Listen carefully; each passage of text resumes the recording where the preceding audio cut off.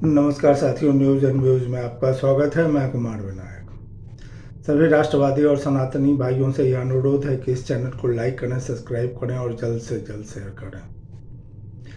सबसे पहली बात कि आप सभी को, सभी राष्ट्रवादी और सनातनी भाइयों को बहुत बहुत बधाई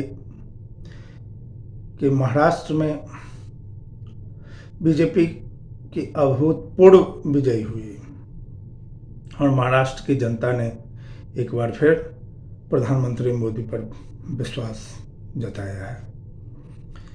यह वह दौड़ है जहां की एक ओर राहुल गांधी और पूरी कांग्रेस यह साबित करने में लगी हुई थी कि मोदी सिर्फ अडानी और अंबानी को देखते हैं।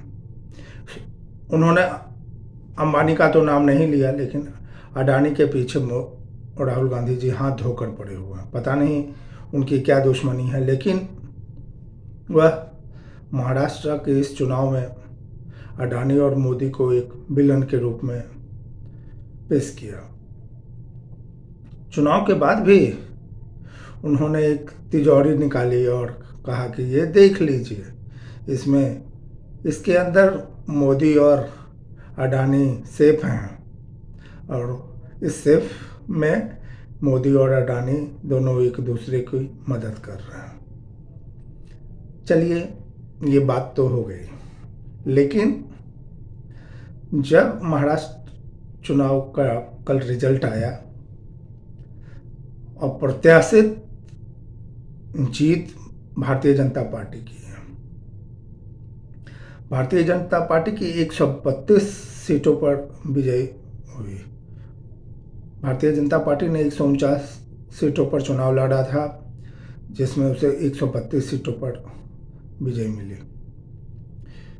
इसके साथ ही शिवसेना 57 और एनसीपी 41 सीटों पर सफल हुई। इस अभूतपूर्व विजय के बाद न राहुल गांधी का एक भी बयान मीडिया में आया है और न ही अखिलेश यादव जी का कोई बयान मीडिया में आया है। लेकिन प्रधानमंत्री ने बीजेपी के इस विजय समारोह को संबोधित करते हुए दिल्ली बीजेपी के मुख्यालय से कहा कि यह देश तरक्की की ओर बढ़ रहा है और भारतीय जनता पार्टी के नेतृत्व में देश तरक्की कर रहा है। अब इसे कांग्रेस और अन्य दल पचा नहीं पा रहे हैं,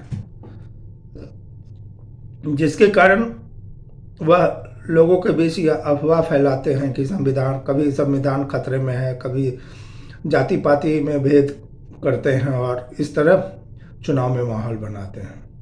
लेकिन महाराष्ट्र की जनता ने इस बार बता दिया कि देश के लोग इन सब बातों से कोई मतलब नहीं रखते हैं और देश के लोगों को विकास चाहिए।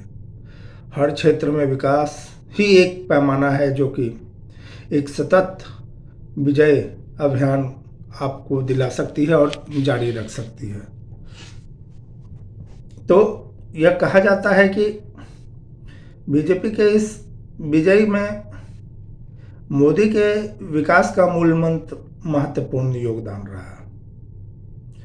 विकास के बिना यह संभव नहीं है कि आप इतनी बड़ी विजय किसी भी राज्य में प्राप्त कर सकें।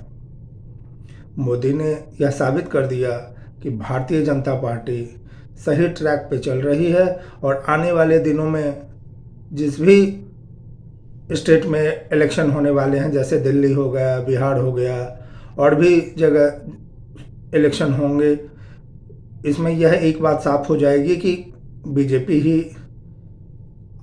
बढ़त बनाए हुए है और आगे भी बीजेपी का विजय अभियान जारी रहेगा। जी धन्यवाद।